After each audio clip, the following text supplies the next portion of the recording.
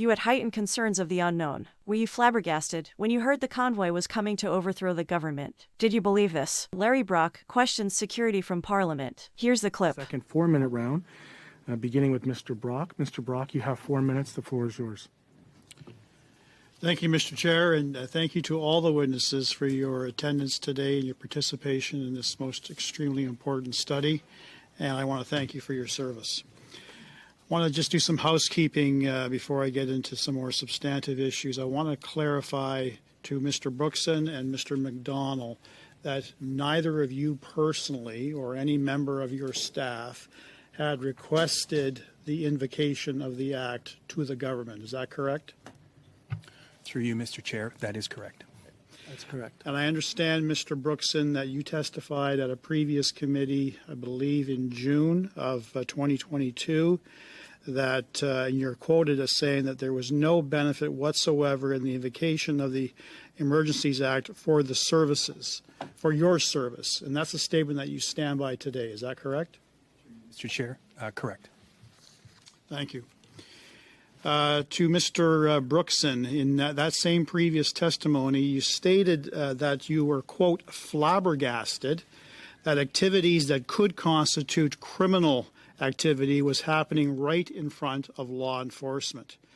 The former chief of the Ottawa Police Service, Mr. Peter Slowly, issued a warning through the press hours before the truckers arrived on January the 28th that any protesters who break the law would be prosecuted. He stated, and I quote, "Let me be very clear. We are prepared to investigate, arrest if necessary, charge and prosecute anyone who acts violently or breaks the law in the demonstrations or in association with the demonstrations." Notwithstanding those strong words, you and your staff witnessed the complete opposite while law enforcement stood by and allowed those activities to occur. Is that correct?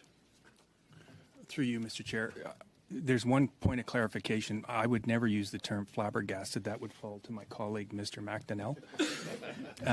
My apologies. You notice how he's quiet now, right? He's not opening up his mic. Yeah. Through you, Mr. Chair. Again, the decisions of the Ottawa Police Service during that time remains to the Ottawa Police Service and the subsequent police board that was in charge of that service at the time. To Mr. McDonald, you used that word flabbergasted? Yes. This was in the presence of cruisers, this was in the presence of uniformed officers and ununiformed officers, correct? I didn't witness any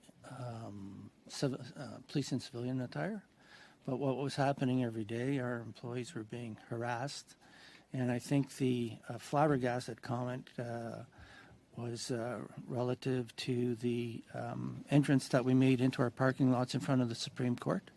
And we had employees pulling in and out of there every day.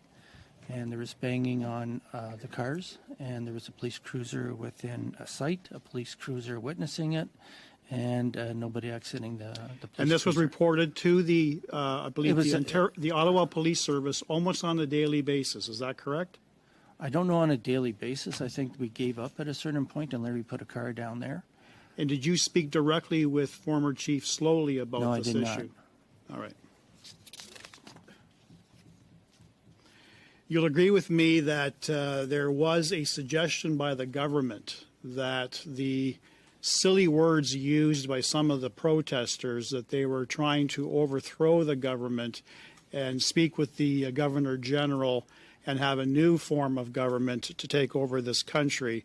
I put that to Justice Lametti when he testified earlier at this committee. He thought that was a silly statement. Did either of you take that as a serious threat to national security? Through you, Mr. Chair, no, I did not.